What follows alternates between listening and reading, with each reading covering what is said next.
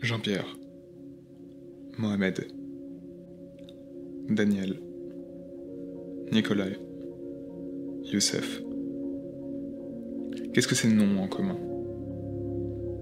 Ce sont certains des sans-abri qui ont accepté de témoigner pour ce projet. Parmi tous ces vagabonds, ce sont ceux qui ont accepté de nous donner de leur temps et leur nom. Qu'ils soient au bord de la route en train de faire la manche ou dans la forêt à cultiver des plantes, très peu de gens leur prêtent la moindre attention alors qu'ils ne demandent que votre bienveillance. Sur votre chemin, vous ne remarquez que les passants quand certains vous voient passer tous les jours des années durant. Ces forces de la nature vivant dans une tente ou sur un carton et faisant face à la dangerosité de la rue. Ceux que la société même a décidé de peindre comme des parasites et des exclus. Tels les invisibles âmes damnées oubliées de la société. De tous, ce sont ceux qui tombent le plus facilement malades, ce qui est normal quand on sait qu'une simple pluie peut inonder toutes leurs affaires jusqu'à leur couchage.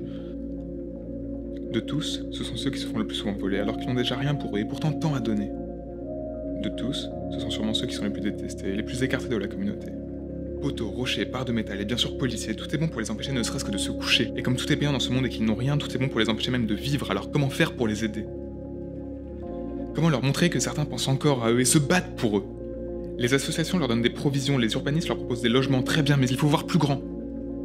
Comment les aider à se réintégrer dans cet environnement qui leur est devenu si hostile? En leur redonnant confiance en ce même environnement? Beaucoup d'entre eux ont peur de tout perdre pour entreprendre quoi que ce soit, et entre nous, entre vol, agression et mairie destructrice d'abri, c'est pas étonnant. Alors comment faire en sorte de protéger leurs biens? Comment leur permettre d'enlever ce poids qui les empêche d'avancer? Comment tous les aider, qu'ils veuillent ou non, se réintégrer à la société? La réponse est si simple, c'est même un crime que personne n'y ait jamais pensé. Et c'est là-dessus que je laisserai mon groupe continuer.